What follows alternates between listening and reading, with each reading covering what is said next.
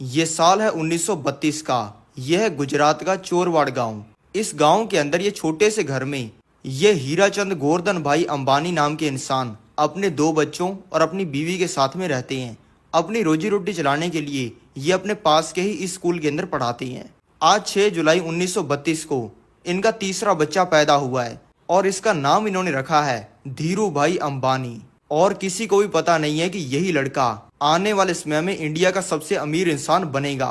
सभी लोग इस बच्चे को धीरू बुलाते हैं। अब धीरू 5 साल का हो चुका है और अब इसकी एज हो चुकी है स्कूल में पढ़ने वाली, और इसीलिए हीराचंद जी धीरू को लेकर अपने गांव के सबसे सस्ते स्कूल बहादुर कांजी स्कूल के अंदर लेके गई हैं और इन्होंने धीरू का एडमिशन यहाँ पे करवा दिया है। अब स्कूल में पढ़ते पढ़ते धीरू भाई अंबानी हो चुके हैं 16 साल के और इनको लीडरशिप करना बहुत पसंद है। ये स्कूल की फीस कम करवाना, फार्मर्स को, औरतों को राइट्स दिलाना, ऐसे प्रोटेस्ट में जाते रहते हैं। ये अच्छा काम तो कर रही हैं, लेकिन इससे घर तो नहीं चलता ना। अब हीराचंद जी के 5 बच्चे हो चुके हैं और ये अपने स्कूल की सैलरी से घर नहीं चला पा रहे हैं और धीरू भाई अंबानी ये गरीबी की जिंदगी जी जी कर परेशान हो चुके हैं। इसलिए धीरू भाई अंबानी ने स्कूल के अंदर जाकर अपनी टीसी ले ली है, यानी कि वो अपने स्कूल से हट चुके हैं और ये करके वो अपने घर पे वापस आ चुकी हैं। धीरू भाई अंबानी के पिता को ये चीज पता चल चुकी है और ये चीज सुन के उन्होंने धीरू भाई अंबानी को अच्छे से डांट और मार लगाई है। लेकिन धीरू भाई अंबानी का कहना है कि मैं स्कूल के अंदर नहीं पढ़ूंगा, बल्कि मैं अपना धंधा करूंगा। धीरू भाई अंबानी जब स्कूल में पढ़ रहे थे तब इनको हर महीने कुछ रुपए की पॉकेट मनी इनके पिता दिया करते थे और धीरू भाई अंबानी इसको खर्च नहीं करते थे, बल्कि उसको अपनी इस गुल्लक के अंदर डाल देते थे। अब इन्होंने पैसा निकालने के लिए अपनी इस गुल्लक को तोड़ दिया है और ये पैसा लेकर अपने घर से बाहर चले गई हैं। अब ये ढूंढ रही हैं कि कैसे पैसा कमा सकती हैं। चलते चलते ये आ गई हैं अपने गांव के इस मंदिर के पास। इस मंदिर में पहले तो कोई आता नहीं था, लेकिन अब इसके बाहर कई सौ लोगों की भीड़ लगी हुई है। धीरू भाई अंबानी जानते हैं कि अब चल रहा है फरवरी का महीना और इस महीने के अंदर किसी प्राचीन मान्यता की वजह से यहाँ पर कई सौ श्रद्धालु आते हैं। और धीरू भाई अंबानी ये भी जानते हैं कि इन लोगों को लाइन में खड़े खड़े बहुत भूख भी लग जाती होगी। इसलिए धीरू भाई अंबानी ने अपने सारे पैसे से एक ठेला खरीद लिया है और उसको इस मंदिर के पास में लगा लिया है। अब इनको ठेला लगाकर पकौड़े बेचते हुए 10 दिन हो गई हैं और इससे इन्होंने अच्छा मुनाफा कमाना स्टार्ट कर दिया है। आज सुबह इनके पास में ये इंसान आ चुका है जो कि इनके पापा का दोस्त है। इस इंसान का धीरू भाई अंबानी को कहना है कि बेटा तुम्हारे पापा टीचर हैं, ये क्या छोटा काम कर रहे हो। धीरू भाई अंबानी ने जवाब दिया, धंधा कोई भी छोटा नहीं होता। अब इस काम को करते हुए 15 दिन हो चुके हैं और लोगों ने मंदिर में आना बंद कर दिया है। इसलिए धीरू भाई अंबानी ने अपने ठेले को बेच दिया है और सारे पैसे को अपने बैंक में रख दिया है। अब ये पैसा कमाने का कोई और तरीका ढूंढ रही हैं। अब इनको पता चल चुका है कि यमन के अंदर इंडिया से कई गुना ज्यादा पैसा बनता है और धीरू भाई अंबानी ने कई सौ लोगों से जिनकी फैमिली के लोग यमन गए हैं उनसे इस चीज को कंफर्म भी कर लिया है। अब धीरू भाई अंबानी ने अपने पिता को कन्विंस करके उनकी सारी जिंदगी की सेविंग को यूज करके यमन जाने के लिए टिकट और वीजा खरीद लिया है और अब धीरू भाई अंबानी 16 साल की उम्र में यमन आ चुके हैं और इन्होंने इस शेल कंपनी के पेट्रोल पंप पे काम करना स्टार्ट कर दिया है। अब इस पेट्रोल पंप पे कोई भी इंसान अगर अपनी गाड़ी लेकर 100 रुपए का पेट्रोल भरवाने आ रहा है ना, तो धीरू भाई अंबानी उस इंसान को कह रहे हैं कि सर आपके पास में इतनी बड़ी गाड़ी है, इतने बड़े आप इंसान हो, 100 रुपए का पेट्रोल भरवाओगे, ये तो जल्दी खत्म हो जाएगा, फिर आपको वापस आना पड़ेगा, इसलिए आप 1000 रुपए का पेट्रोल भरवा लो। इसलिए इन्होंने इस पेट्रोल पंप का प्रॉफिट कई गुना बढ़ा दिया है और इस चीज से खुश होके पेट्रोल पंप के मालिक ने इनको पेट्रोल पंप का मैनेजर बना दिया है। ये शाम तक पेट्रोल पंप पे काम करते हैं और बाद में इनके पास में टाइम बच जाता है। इस टाइम में भी काम करने के लिए इनको काम पसंद आया है क्लर्क का, इसलिए ये इस कंपनी के अंदर चले गए हैं क्लर्क का काम करने के लिए। इंटरव्यूअर ने धीरू भाई अंबानी से कहा कि तुम तो 16 साल की हो, तुम क्या काम करोगे। धीरू भाई अंबानी ने कहा कि 16 साल का हूँ, लेकिन अकल मुझे 60 साल के लोगों से भी ज्यादा है। इंटरव्यूअर ने पूछा कि तुम्हारे पास में तो डिग्री भी नहीं है। धीरू भाई अंबानी ने कहा कि मुझे डिग्री की जरूरत ही नहीं है, मैं क्यों अपना टाइम स्कूल के अंदर, यूनिवर्सिटी के अंदर वेस्ट करूं और उस टाइम में पैसा ना कमाऊं। मैं यहाँ पे नौकरी लेने आया हूँ क्योंकि मैं बेस्ट हूँ। मैं आपके लिए 1 हफ्ता फ्री में काम करूंगा और मैं आपको गारंटी देता हूँ कि 6 महीने के अंदर आप जो भी सेल्स टारगेट सेट करोगे वो मैं तोड़ दूंगा। मैं यहाँ पे पैसा कमाने आया हूँ, आप मुझे नौकरी दो, मैं खुद अमीर बनूंगा, आपको अमीर बनाऊंगा और हम दोनों मजे करेंगे। ये कहने पर तुरंत ही धीरू भाई अंबानी को क्लर्क की जॉब भी मिल गई और इन्होंने एक दिन में 2 जॉब्स करनी स्टार्ट कर दी। अब दोस्तों काम करते हुए चाय पीने की भी जरूरत पड़ती है। धीरू भाई अंबानी के पास में 2 ऑप्शन है, या तो वो ठेले पर 10 पैसे की चाय पिए या फिर 5 स्टार होटल में जाकर 1 रुपए की चाय पिए।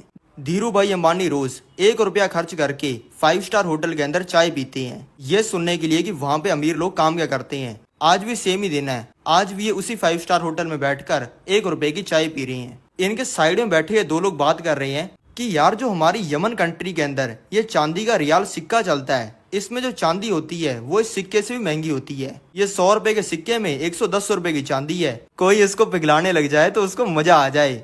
ये दो लोग तो इस चीज के बारे में मजाक में बात कर रहे थे, लेकिन धीरू भाई अंबानी ने इस चीज को सीरियस ले लिया है और अपनी सारी यमन की कमाई से चीजों को पिघलाने के लिए ये मशीन खरीद ली है और इससे धड़ाधड़ सिक्कों को पिघलाकर उनको चांदी में कन्वर्ट करना स्टार्ट कर दिया है और इस चांदी को सुनारों को बेचना स्टार्ट कर दिया है। और देखते देखते इन्होंने यमन के लाखों सिक्के पिघला दिए हैं, क्योंकि लाख रुपए के सिक्के पिघलाने पर 10,000 रुपए का प्रॉफिट होता है। लेकिन वहीं पे दूसरी तरफ यमन की सरकार ये सोचकर परेशान हो गई है कि हमारे सारे सिक्के कहां पर गए। इन्होंने ये जानने के लिए इन्वेस्टिगेशन करनी स्टार्ट कर दी है और कई महीनों की इन्वेस्टिगेशन के बाद में इनको पता चला है कि लड़का ये काम कर रहा है, क्योंकि तब तक धीरू भाई अंबानी की उम्र 18 साल की हो चुकी थी। इसलिए जब धीरू भाई अंबानी के अड्डे पर पुलिस इन्हें पकड़ने के लिए पहुंची, तब उन्हें पता चला कि ये लड़का तो यहाँ से फरार हो चुका है और अब धीरू भाई अंबानी सारे पैसे को लेकर इंडिया आ चुके हैं। अब धीरू भाई अंबानी 26 साल की उम्र में यमन से फ्लाइट पकड़कर आ चुके हैं मुंबई के अंदर और यहाँ से गुजरात जाने वाली लोकल ट्रेन के डब्बे में बैठकर आ चुके हैं अपने गुजरात के चोरवाड़ गांव में वापस।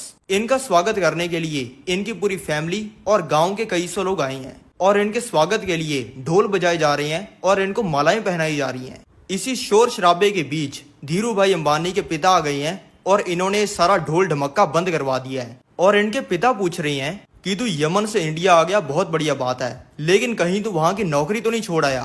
धीरू भाई अंबानी ने कहा कि मैं नौकरी छोड़ आया हूँ। ये सुनते ही भीड़ में खड़े सभी लोगों के चेहरे उतर गए और इनके पिता ने इनके थप्पड़ मारा।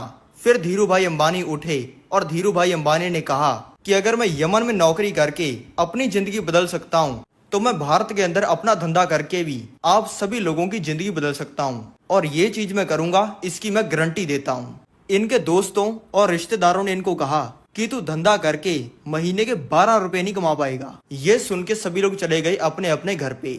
अब धीरू भाई अंबानी ने गांव के अंदर रहना स्टार्ट कर दिया है। गांव के अंदर इनकी एक गर्लफ्रेंड कोकिला बहन भी रहती है। ये 18 साल से इनकी गर्लफ्रेंड है और अभी 28 साल की हो चुकी है। ये बेचारी पिछले 10 सालों से कुंवारी बैठी है और इन्होंने पिछले 10 सालों में किसी और लड़के के साथ में बात तक नहीं की। धीरू भाई अंबानी ने अपने अच्छे पल इनके साथ में बिताने स्टार्ट कर दिए हैं और आज इनका 5वां दिन है गांव के अंदर रहते हुए। आज सुबह भी ये अपनी गर्लफ्रेंड कोकिला बहन के साथ में हैं। धीरू भाई अंबानी ने कहा कि मैं जा रहा हूँ मुंबई धंधा करने। कोकिला बहन ने कहा कि क्या तुम मुझे पहले की तरह ही छोड़कर चले जाओगी? धीरू भाई अंबानी ने कहा नहीं। धीरू भाई अंबानी ने दोपहर के अंदर कोकिला बहन से शादी कर ली है और अब ये शाम को दोनों सभी लोगों को विदा कहकर चले गए हैं मुंबई। धीरू भाई अंबानी को क्लियर है कि उन्हें कपड़ा बेचने का व्यापार करना है, यानी कि सस्ते दाम पर कपड़े को खरीदेंगे, उससे चीजें बनाएंगे और उसको महंगे दाम पे बेचेंगे। धीरू भाई अंबानी की फैमिली पहले बहुत ही अमीर हुआ करती थी, लेकिन बाद में बहुत ही गरीब हो गई। ये कैसे हुआ ये समझाने के लिए मैं भी आपको लेके आ चुका हूँ 1925 में। यह है मुंबई के अंदर रहने वाले हीराचंद गोवर्धन भाई अंबानी। ये करोड़पति बिजनेसमैन है। इनको 19 साल की उम्र में इनको मुंबई के एक बहुत ही अमीर घराने की लड़की ये जिम्ना बेन से प्यार हो गया है और 20 साल की उम्र में इनकी जिम्ना बेन के साथ में शादी हो गई है। लेकिन इसके 1 साल बाद कुछ ऐसा हुआ जिससे धीरू भाई अंबानी के पिता का बिजनेस बर्बाद हो गया और इन दोनों को गुजरात के चोरवाड़ में जाकर बसना पड़ा। यानी कि धीरू भाई अंबानी के भले माता और पिता गरीब हैं, लेकिन इन दोनों के ही रिश्तेदार बहुत ही अमीर हैं और मुंबई के अंदर रहती हैं। अगर कपड़े का व्यापार करना है तो उसके लिए पैसा भी तो चाहिए, लेकिन धीरू भाई अंबानी के पास में पैसा नहीं है। इसलिए इन्होंने अपनी मम्मी के साइड से कजिन चंपक लाल दमानी के साथ में पार्टनरशिप करके बिजनेस करने का प्लान बनाया है। सबसे पहले जरूरी है सिंथेटिक कपड़े को खरीदना और ये कपड़ा बिकता है इस फैक्ट्री के अंदर। अब धीरू भाई अंबानी फैक्ट्री के अंदर आ चुके हैं और यहाँ पर इनको पता चल चुका है कि यहाँ पर कपड़ा खरीदने वालों की यूनियन है और ये किसी भी नए इंसान को एंटर नहीं करने देते। इसलिए धीरू भाई अंबानी को फैक्ट्री से धक्के मार के बाहर निकाल दिया गया है और कहा गया है कि पहले यूनियन के हेड अजान को लाखों रुपए देकर तुम्हें यहाँ पर कपड़ा खरीदने की परमिशन लेनी पड़ेगी। ऐसा करना है तो कल शाम को 6 बजे पास के गोल्फ फील्ड के अंदर जाना और अजान से जाके मिल लेना। अब आ गया है अगला दिन और बज गई हैं 6 और धीरू भाई अंबानी गोल्फ फील्ड के अंदर आ चुकी हैं। धीरू भाई अंबानी ने अजान को बताया कि मैं आपसे परमिशन लेना चाहता हूँ यहाँ से कपड़ा खरीदने के लिए। अजान ने टोटल करके बता दिया कि इतने लाख रुपए लगेंगे। ये सुन के धीरू भाई अंबानी अब इसको समझा रहे हैं कि आप ये इतने लाख रुपए भी तो कमाई करने के लिए ले रहे हो। आप मेरे को एक बार कपड़ा खरीदने की परमिशन दे दो, मैं इन 5 तरीकों से यूनियन की कमाई बढ़ा दूंगा और आपको लाखों नहीं करोड़ों रुपए मिल जाएंगे। अजान ने कहा, ये ले धीरू गोल्फ स्टिक पकड़। यहाँ से 100 फुट आगे वो एक छोटा सा खड्डा है। सिर्फ एक बारी के अंदर इस बॉल को उस खड्डे के अंदर डाल दे, डील पक्की। धीरू भाई अंबानी ने अपने हाथ से बॉल उठा ली है और 100 फुट आगे जाकर अपने हाथ से इस छोटे से खड्डे के अंदर बॉल को डाल दिया है, क्योंकि अजान ने यह नहीं कहा था कि बॉल को स्टिक से ही खड्डे के अंदर डालना है। और ये करते ही इनको परमिशन मिल गई है। अब धीरू भाई अंबानी कपड़ा खरीदकर आगे भी बेच रहे हैं और अपना प्रॉमिस भी निभा रहे हैं। धीरू भाई अंबानी ने सारी यूनियन वालों को समझाया है कि ये पूरे एरिया की सिर्फ एक लौती सिंथेटिक फाइबर बनाने वाली फैक्ट्री है। हम सिर्फ नाम की यूनियन होने की वजह से अलग अलग रेट पर इस फैक्ट्री से कपड़ा खरीदते हैं और आगे अलग अलग रेट पर बेचती हैं। लेकिन हम कई सौ लोग मिलकर भी ये 15 बड़े लोगों की यूनियन को ही बेचते हैं, जो कि हमसे सस्ते में कपड़ा खरीदती है। यानी कि फैक्ट्री वाले अपनी यूनियन बनाकर हमें महंगा कपड़ा बेच रहे हैं और खरीदार यूनियन बनाकर हमसे सस्ते में कपड़ा खरीद रहे हैं। और हम सबसे ज्यादा मेहनत करते हैं, लेकिन तब भी हम सब गरीब हैं। तो चलो एक असली यूनियन बनाते हैं। अब इन सभी लोगों ने मिलकर फैक्ट्री वालों को कह दिया है कि अब से हम आधे रेट के अंदर कपड़ा खरीदेंगे। फैक्ट्री को ऐसा करना भी पड़ रहा है और फैक्ट्री से आधे रेट में कपड़ा खरीदकर ये खरीदारों को इस कपड़े को 2 गुना रेट में बेच रही हैं। इससे इन सभी लोगों की कमाई 4-5 गुना बढ़ गई है और धीरू भाई अंबानी पूरी यूनियन के मसीहा बन गए हैं। लेकिन इस चीज का मुंबई के सभी बड़े लोगों को पता चल चुका है और इस अरबपति ने ये IAS ऑफिसर को पैसा देकर जिस जगह पर बोली लगती है वहां पर ताला लगा दिया है। और IAS ऑफिसर ने सभी को कह दिया है कि तुम सभी लोग सट्टा लगाते हो और ये इलीगल है। लेकिन पर्दे के पीछे ये अरबपति इस फैक्ट्री से डायरेक्ट कपड़े को खरीद रहा है और आगे ग्राहकों को बेच रहा है। और ऐसा होने की वजह से सारे यूनियन वाले गरीब हो गए हैं। लेकिन धीरू भाई अंबानी को पता है कि ये चीज सट्टा नहीं है और ये IAS ऑफिसर झूठ बोल रहा है। धीरू भाई अंबानी ने सारी यूनियन वालों को कहा कि चलो अब इसका इलाज करते हैं। और अब ये सभी लोग अपने सारे कपड़े को इस IAS ऑफिसर के घर पे छोड़ आए हैं। इसका पूरा घर इन बोरियों से भर गया है। 2 घंटे में इस IAS ऑफिसर के घर पे इसके बड़े साहब आने वाले हैं। आते ही उनको इसकी एक कारतूत का पता लग जाएगा और इसकी नौकरी जाएगी। इसलिए सिर्फ 10 मिनट में धीरू भाई अंबानी के सामने हाथ जोड़ के इसने बोली लगने वाली जगह का ताला खोल दिया है। अब अपनी कपड़े की बोरियां वापस लाकर ये लोग गेम के अंदर वापस उतर गई हैं। और अब इस चीज को करते हुए इनको 8 साल हो गए हैं। और इन 8 सालों के अंदर जिन कपड़ा खरीदने वाले गरीब लोगों के पास साइकिल का पैसा नहीं होता था, वो आज मर्सिडीज के अंदर घूम रहे हैं। और इसी चीज का सेलिब्रेशन करने के लिए धीरू भाई अंबानी इनको पार्टी दे रहे हैं और इन्होंने स्टेज भी लगवाया है स्पीच देने के लिए। अब 2 घंटे बाद धीरू भाई अंबानी स्टेज के ऊपर चढ़ गए हैं और इन्होंने सबको बोल दिया है कि पहले हम दूसरे की फैक्ट्री से कपड़ा खरीद रहे थे, अब खुद की फैक्ट्री लगाएंगे गुजरात के अंदर। ये सुनते ही सारे यूनियन वाले लोग नाचने लग गए हैं, पागल हो गए हैं। और अब 1 घंटे की स्पीच देने के बाद धीरू भाई अंबानी स्टेज से उतर आए हैं। स्टेज से उतरते ही इनके बिजनेस पार्टनर चंपक लाल दमानी इनको कह रही हैं कि तू बर्बाद हो जाएगा, ये फैक्ट्री तुझे ले डूबेगी। और ये बोलकर चंपक लाल दमानी ने ये पार्टनरशिप खत्म कर दी है। और अब फैक्ट्री सेटअप करने से पहले इन्होंने हर पॉलिटिकल पार्टी के हर तगड़े पॉलिटिशियन के साथ में कनेक्शंस बना लिए हैं ताकि इनकी पावर बढ़ जाए और जो चीजें चाहते हैं वही हो। धीरू भाई अंबानी ने इसके बावजूद गुजरात के नरोदा में ये फैक्ट्री खड़ी कर दी है और सारे यूनियन वाले मुंबई को छोड़कर धीरू भाई अंबानी के साथ काम करने के लिए गुजरात आ गई हैं। धीरू भाई अंबानी ने अपने गांव के लोगों को कहा था कि मैं धंधा करके तुम्हारी जिंदगी बदलूंगा। इसी चीज को पूरा करने के लिए इन्होंने अपनी कपड़ा बनाने की फैक्ट्री को बिल्कुल अपने गांव के पास में बनाया है और इससे इनके गांव के जो लोग बेरोजगार थे अब इनकी फैक्ट्री के अंदर काम करके लाखों की कमाई कर रहे हैं। लेकिन जैसा होना चाहिए था वैसा हुआ नहीं। सभी फैक्ट्री वालों को पता था कि ये अगर हमारी गेम में आ गया तो ये हमें बर्बाद करके रख देगा। इसलिए दूसरी फैक्ट्री वालों ने इनको मिलकर महंगा कपड़ा बेचना स्टार्ट कर दिया और इससे इनकी फैक्ट्री और ये खुद बर्बाद होने लग गई। लेकिन फिर सरकार ने लाया रिप्लेनिशमेंट लाइसेंस। पहले अगर कोई कंपनी बाहर के देशों से कपड़ा मंगाती थी तो इंडिया की गवर्नमेंट उसके ऊपर बहुत ज्यादा टैक्स लगाती थी, जिससे वो बहुत ही महंगा पड़ता था। लेकिन इस लाइसेंस के अंदर ये कहा गया कि आप बाहर के देशों से बहुत ही सस्ते दाम पर कपड़ा मंगा सकते हो, लेकिन आपको उस कपड़े से कुछ बनाकर वापस बाकी देशों के अंदर बेचना पड़ेगा। और सभी लोगों ने ये चीज को करना स्टार्ट कर दिया। अब धीरू भाई अंबानी को भी एक आइडिया आ गया है और इन्होंने अपने सारे पैसे से बाहर के देशों से बहुत ही सस्ते दामों पर कपड़ा खरीद लिया है और इस कपड़े से इन्होंने डेली शर्ट्स, टी शर्ट्स और साड़ियां बनानी स्टार्ट कर दी हैं और इन सारे कपड़ों को ये स्टॉक के अंदर रखते जा रहे हैं। कंपनी वाले इनको कह रहे हैं कि कपड़ों को बेचो भी तो सही। धीरू भाई अंबानी कह रहे हैं कि इस चीज के बारे में किसी को भी बताओ मत और वेट करो। जैसे जैसे ये कपड़े छपते जा रहे हैं और धीरू भाई अंबानी ट्रकों वालों के साथ में डील करके ट्रकों को किराए पर लेते जा रहे हैं और ये डेली ट्रक्स को खरीद भी रहे हैं। ये करते ही सभी लोगों ने इनको कहा कि जब अमीरों की बात होती है तब लोग टाटा बिरला का नाम लेते हैं, अंबानी का कोई नहीं लेता। तुझे कोई जानता नहीं है तो तेरे कपड़े भी नहीं बिकेंगे। धीरू भाई अंबानी ने सामने से कहा कि एक ऐसा टाइम आएगा जब टाटा बिरला से भी पहले मेरा नाम लिया जाएगा।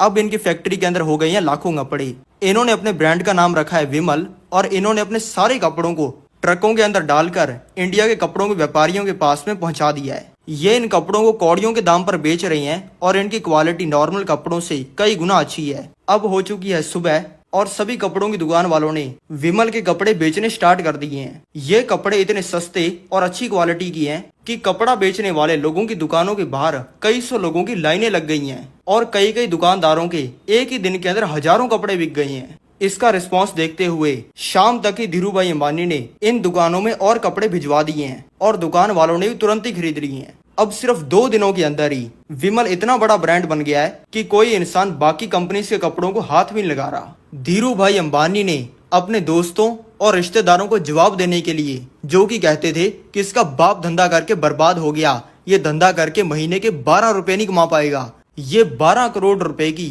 रोल्स रॉयस फैंटम खरीदी है। सभी फैक्ट्रियों के मालिक मिलकर बात कर रहे हैं कि हम जो पढ़े लिखे और समझदार लोग जो काम 80 साल में नहीं कर पाए वो काम ये पकौड़े बेचने वाले देसी से लड़के ने 2 साल के अंदर कर दिया। और सभी कपड़ा बनाने वाली फैक्ट्रीज की हालत खराब हो गई है क्योंकि ये सभी लोग मिलकर लोगों को और गंदी क्वालिटी के कपड़े बेचते थे।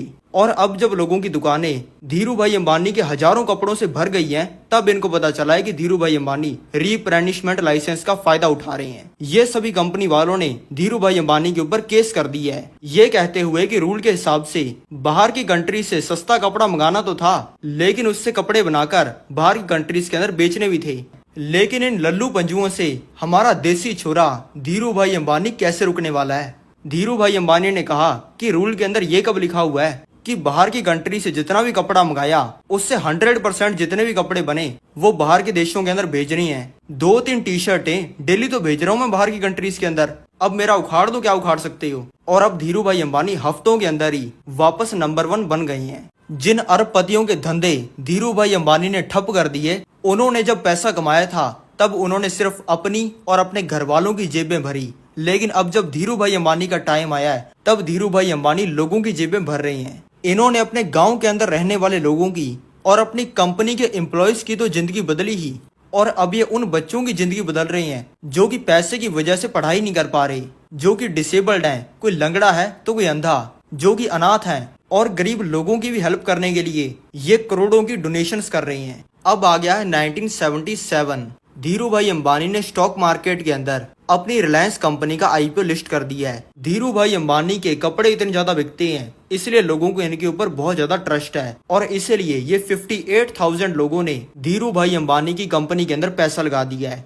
ऐसा करते ही ये इंडिया के सबसे फेमस बिजनेसमैन बन गए और टाटा बिरला से भी ज्यादा नाम गांव से आए लड़के धीरू भाई अंबानी का चलने लग गया। धीरू भाई अंबानी का प्लान है पेट्रोल का बिजनेस करने का, लेकिन ये करने का आसानी से लाइसेंस नहीं मिलता।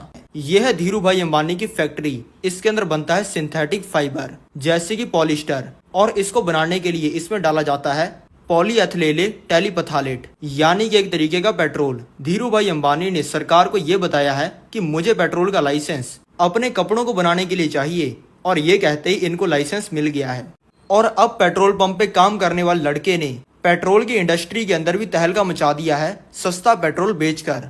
अब साल आ गया है 1986 का और धीरू भाई अंबानी हो चुके हैं 54 ईयर्स की। आज भी एक नॉर्मल सा ही दिन लग रहा है। धीरू भाई अंबानी सुबह 9 बजे उठे हैं। उठते ही इनको दिमाग के अंदर थोड़ा सा दर्द फील हो रहा है, लेकिन इसको भुलाकर ये चले गए हैं अपनी पोती ईशा अंबानी के कमरे में, क्योंकि ये अपने दिन की शुरुआत तब तक नहीं करते हैं जब तक ये अपनी पोती ईशा अंबानी का चेहरा न देख लें।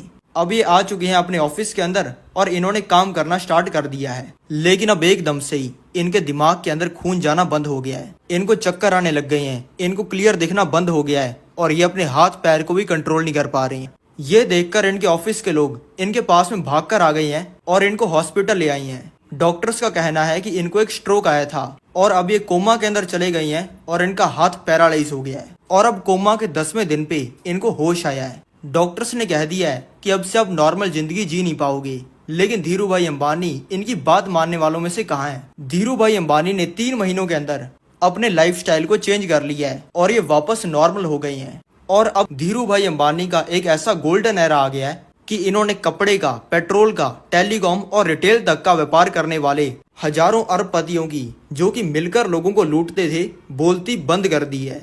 और इंडिया का बच्चा बच्चा धीरू भाई अंबानी का फैन हो गया है। फोन, टीवी और आर्टिकल से लेकर स्कूल, घर और ऑफिस तक हर जगह पे एक ही नाम चल रहा है, अंबानी।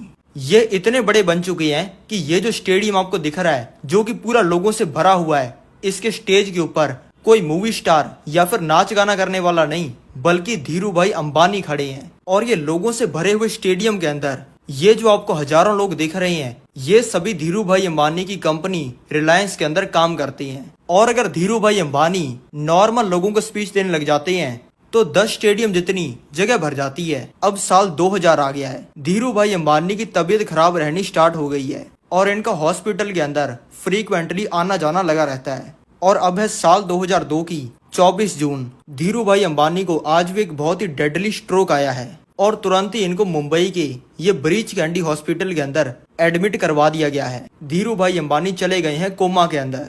इंडिया के हर बच्चे से लेकर बूढ़े तक, जॉब करने वाले से लेकर बिजनेस करने वाले तक, हर इंसान यही दुआ कर रहा है कि धीरू भाई अंबानी को कुछ ना हो। कोमा के अंदर इनको 7 दिन हो गए हैं और दिन आ गया है 6 जुलाई 2002 का।